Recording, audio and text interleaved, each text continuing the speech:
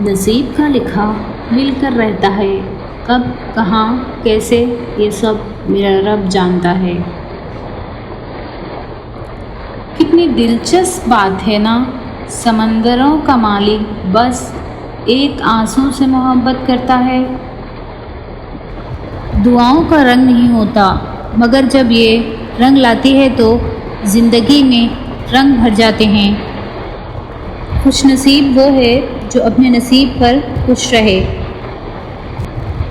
جسے تقدیر پر یقین ہوتا ہے وہ اپنے اوپر نازل ہونے والی مصیبتوں سے نہیں گھبراتا۔ دوسروں کے بارے میں اچھا گمان رکھنا بہترین عبادت ہے۔ زندگی کی ساری بلندیاں رب کے آگے جھکنے سے ملتی ہے۔